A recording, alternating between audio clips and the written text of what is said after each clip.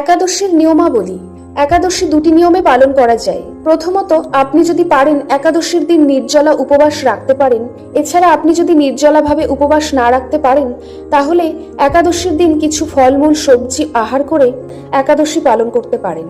একাদশীর আগের দিন নিরামিষ অন্ন ভোজন করে রাত 12টার আগে দাঁত ব্রাশ করে নেবেন এবং একাদশীর দিন পঞ্চরবিশস্য বাদ দিয়ে ফল, দুধ, সবজি আহার করে সারাদিন ভগবানের স্মরণে থাকুন।